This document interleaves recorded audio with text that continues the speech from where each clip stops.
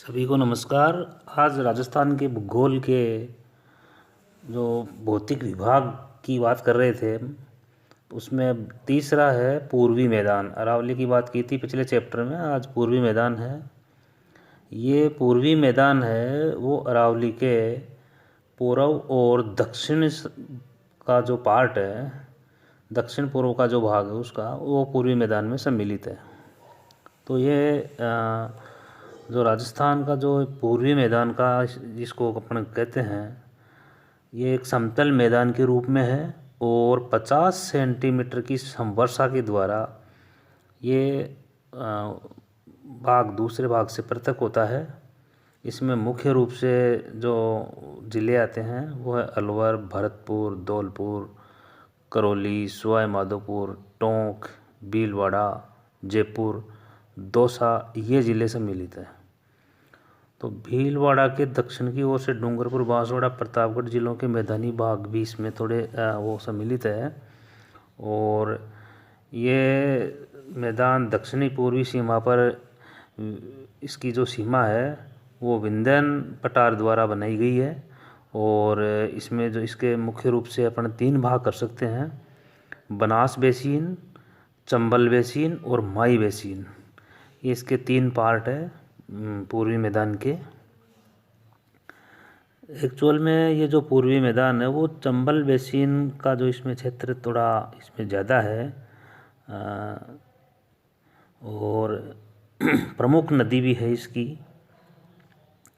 तो पहले लेते हैं अपन बनास बेसिन को। बनास बेसिन बनास नदी है जिसको वन की आशा कहते हैं। बनास बेसिन की सीमा पश्चिम में 50 सेंटीमीटर वर्षा रेखा द्वारा निर्धारित होती है।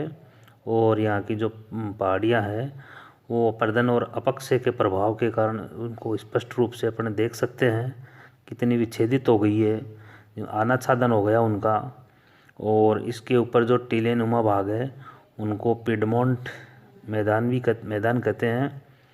इसमें मालपुरा और करौली का जो मैदान है वो इसी का पार्ट है। और ये बीहड़ युक्त पार्ट है जिसको उत्तरी पूर्वी जो बेसिन का उत्तरी पूर्वी भाग कहलाता है। इसकी औसत ऊंचाई 280 से 400 मीटर के लगभग है। इस मैदान का जो ढलान है वो दक्षिण पूर्व और पूर्व की ओर है। जो मुख्य रूप से जो यहाँ की जो इस मैदान की जो मालपुरा करौली का पठार है, मुख्य रूप से इसमें शिष्ट और नीच चट्टानों से ये निर्मित है। और कांप के यहाँ पर नीच चट्टानों में जमाव भी पाए जाते हैं।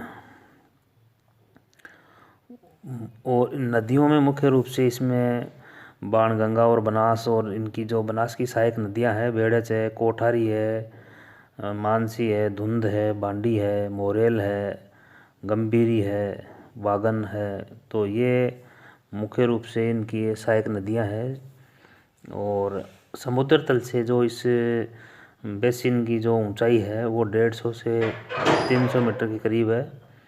मुख्य रूप से ये जो पहाड़ है वो कटा फटा है और जलोढ़ मैदान के से निर्मित होने के कारण से ये कृषि के लिए उपयुक्त प्रदेश है। यहाँ पर जलवायु है वो उष्ण आर्द्र प्रकार की है। और वार्षिक वर्षा की अगर बात करते हैं तो लगभग 65 सेंटीमीटर के करीब यहाँ वार्षिक वर्षा है। और वर्षा का जो मुख्य जो दिवस है वो जुलाई और सितंबर के महीने में होती है। दूसरा है चंबल बेसिन। चंबल बेसिन पूर्वी मैदान का दूसरा पार्ट है। बनास बेसिन के बाद में चंबल बेसिन है। चंबल एक राजस्थान की प्रमुख नदियों में से भी आती है। और ये मध्य प्रदेश के मऊ के जिले जनापाव पहाड़ियों से निकलती है, विंध्याचल कगारों से। और राजस्थान में ये चित्तौड़गढ़ में जो 84 गढ़ के गार्ज को पार करते हुए अंदर प्रवेश होती है। और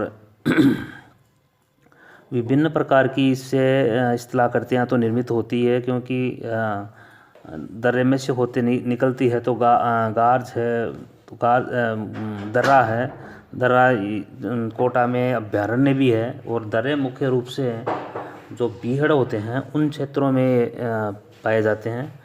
और इस प्रकार की स्थल रूप यहाँ पर देखने को मिलते हैं। गार्ज के अलावा नदी कगार जलप्रपात, जिसमें चूलिया जलप्रपात है, नदी चिपरिकाएँ है, निक पॉइंट्स है, और इस प्रकार के ये उत्खात स्थलाकृति इनको बोलते हैं, जो इस संपूर्ण क्षेत्र में देखने को मिलती है। इनको वैसे बीहड़ भी कहते हैं यहाँ पर। और इस प्रकार का जो क्षेत्रफल है वो 4500 वर्ग किलोमीटर के करीब है। और इस प्रदेश में कोटा, बूंदी, बारा, झालावाड़, करौली, भरतपुर, सवाई माधोपुर और धौलपुर जिले सम्मिलित है। कोटा का हाड़ौती क्षेत्र इसमें सम्मिलित है। और अत्यधिक कटाफटा बीहड़ ये पट्टी है जो 480 किलोमीटर की लंबाई में कोटा से बारा तक विस्तृत है। इसमें अनियमित पहाड़ियाँ हैं जिनको स्थानीय भाषा में डांग कहते हैं।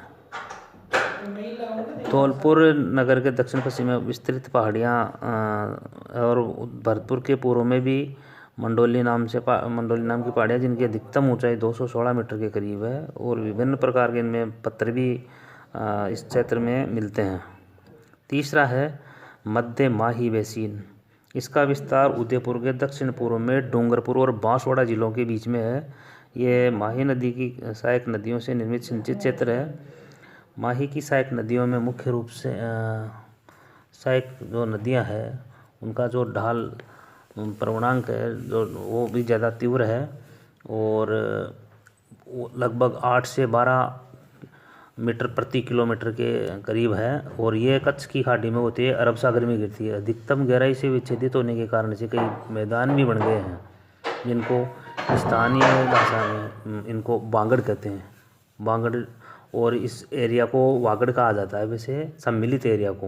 इसमें डूंगरपुर, बांसवाड़ा, प्रतापगढ़ तथा उदयपुर का जो माही बेसिन का जो क्षेत्र है वो है। यहाँ पर 56 का मैदान भी इसीलिए इसको बोला जाता है कि 56 ग्रामों का समूह होने के कारण से इस क्षेत्र को 56 का मैदान ये कहलाता है, जिसमें ये माही का जो क्षेत्र है, माही बांध यहाँ पर स्थित होने के कारण से ये क्षेत्र वैसे भी प्रसिद्ध है माही डैम के कारण से। धन्यवाद।